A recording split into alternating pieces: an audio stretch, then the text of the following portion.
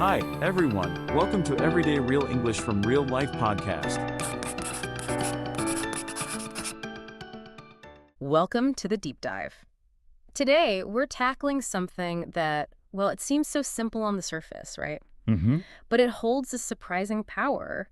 We're talking about the art of saying no. That tiny little word. Exactly. That two-letter word so many of us, hesitate to use, even when we really, really need to. But getting good at it, it can honestly transform things, create more space, more peace. It really can. So our mission today is to dig into why saying no feels so difficult sometimes. Yeah.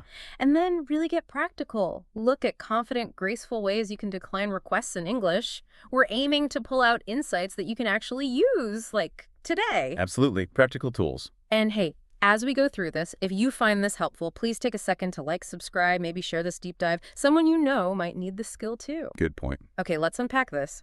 I mean, think about it. How many times have you found yourself just nodding yes Oh, yeah. when, every single part of you is just screaming no? Maybe it's that extra work project you just don't have time for. Right. Or a social thing that just sounds exhausting. Totally. Or a favor for a friend when your own plate is already overflowing. It happens all the time, doesn't it? That almost automatic yes. It absolutely does. And it's fascinating, really, because saying no can feel so challenging for a whole mix of reasons. Some are pretty deep-seated. Like what?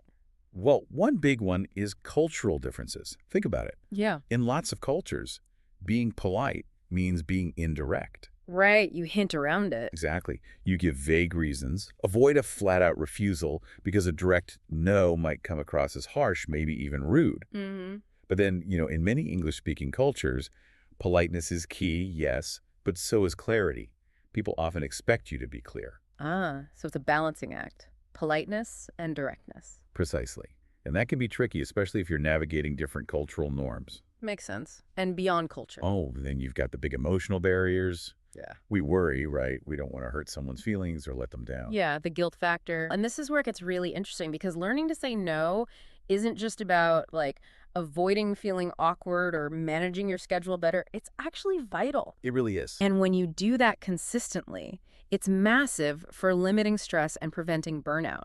Just think, taking on too much, saying yes when you don't mean it, that creates constant stress. Over time, that really hits your health, mental and physical. No question.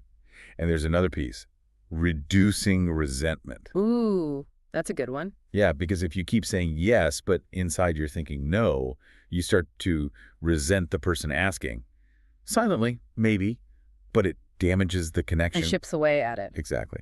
And finally, it helps limit regret.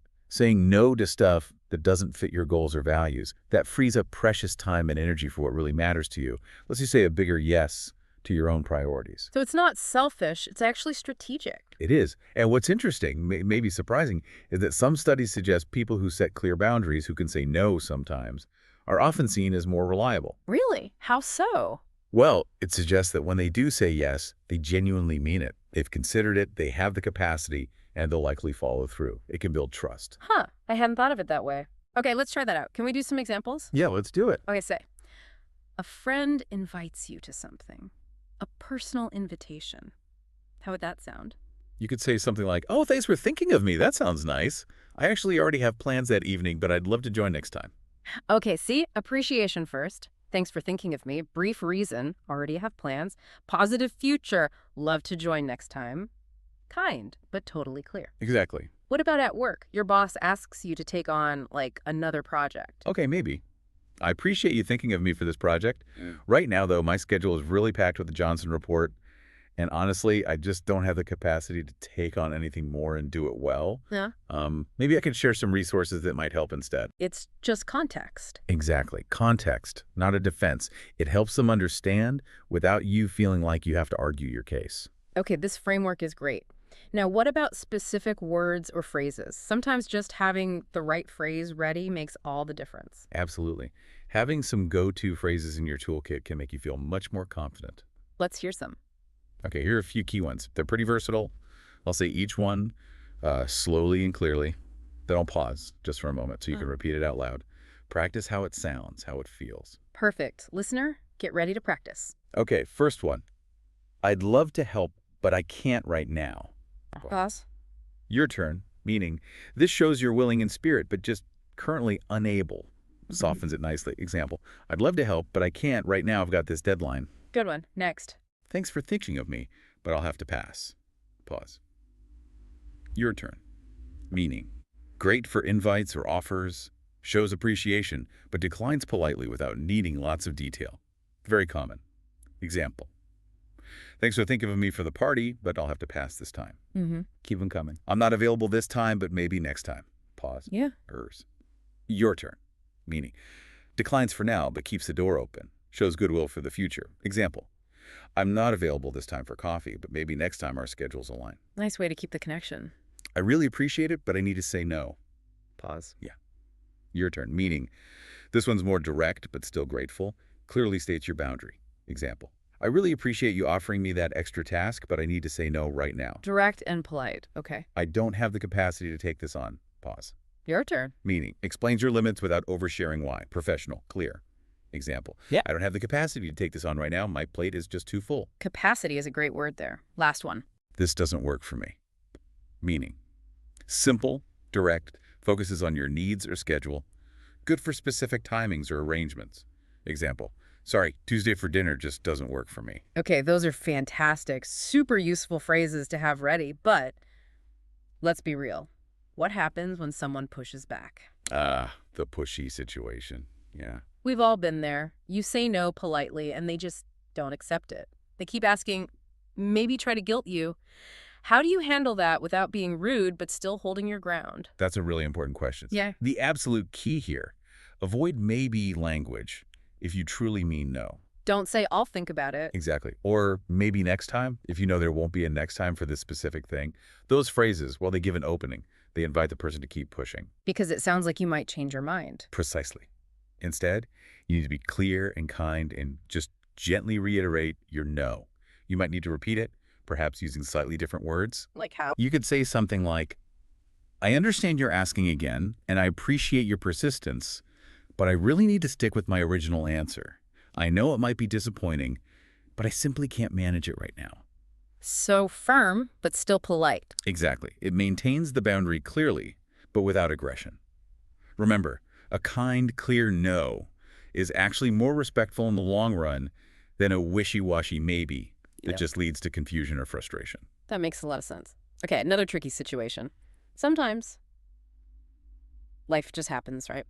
Always. What if you already said yes? Maybe you were enthusiastic, but then things change your schedule, your energy, whatever, and you realize, oh no, I actually can't do this anymore. Backing out feels even harder. Oh, it totally can. That feeling of letting someone down after you committed, it's tough, but backing out gracefully is also a skill. Is there a process for that too? Like the 3 steps for saying no?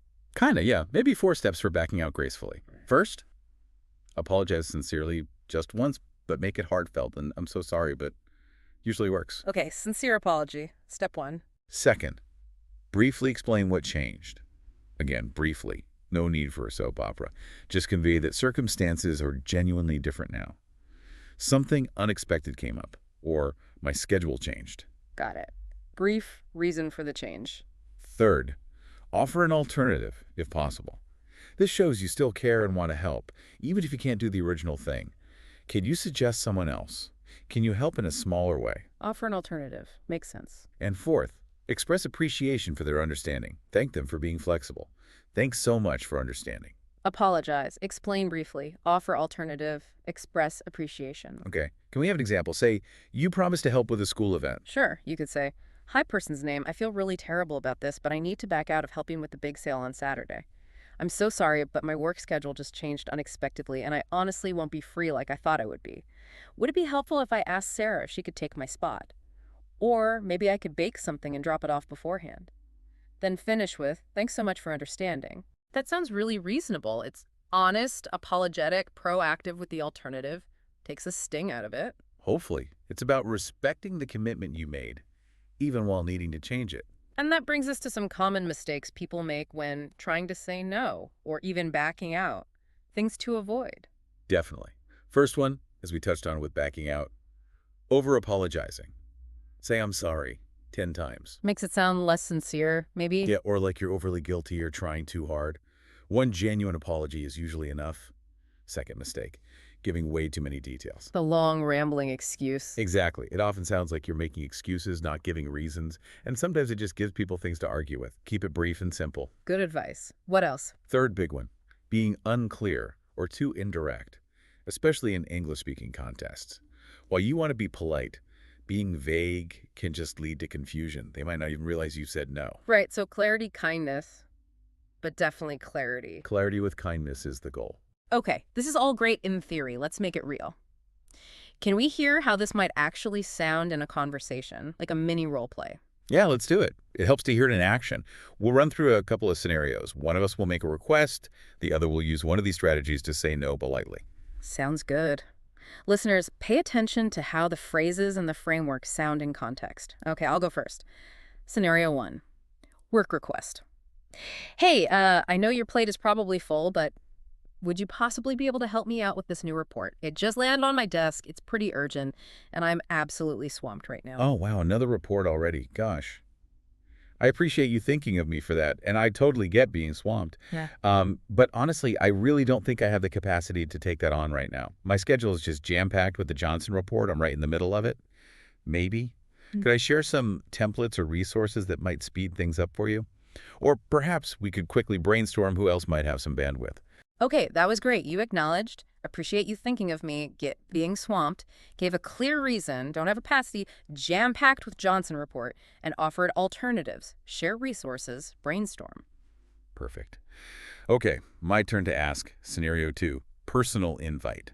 All right. Hey, we're having a big get-together on Saturday night, kind of last minute, but it's going to be really fun. You should totally come. Oh, hey. Thanks so much for the invite. That sounds like a blast. But I actually already have plans Saturday evening that I really can't change. I'm so bummed to miss it. But please keep me in mind for the next one. I'd love to join then. Okay, no problem. We'll miss you. Say, again, appreciation, thanks for the invite, for you to say yes to things that really do light you up, things that align perfectly with your goals. Ooh, that's a great question. From today's deep dive, we talked about why saying no is hard. That 3-step framework, acknowledge, brief reason, positive end, gave you lots of useful phrases. For work and personal life. Right. And how to handle tricky stuff like pushy people or backing out, plus those common mistakes to avoid. And if we zoom out for a second, the big picture here is saying no isn't about being mean or difficult. It's really about clear, polite communication, which is huge in English-speaking settings. But even more than that, it's about protecting yourself, your time, your energy, your well-being, setting those healthy boundaries. It's self-respect, really. So well put. It really is. And here's something to think about after we finish. How can getting good at saying no politely actually free you up? Free you up to say a bigger, more enthusiastic yes to the things that really matter to you, your true goals, your passions? Ooh, I like that. Yeah. A polite no can pave the way for a joyful yes. Think on that. And that brings us to the end of this deep dive. Remember, you're not just learning phrases here. You're learning to communicate authentically in English, and that's really powerful. Keep practicing, it will get easier. It absolutely will. Thanks so much for joining us today. If this was valuable, please do hit like, subscribe for more, and maybe share it with someone else who's navigating this too. We appreciate you being here. We really do. Until next time, keep diving deep. Want to practice these phrases? Download your free PDF guide to review vocabulary, role plays, and quizzes. Find the link in the description and pinned comment, and feel free to share it with friends. Like and subscribe for more English tips.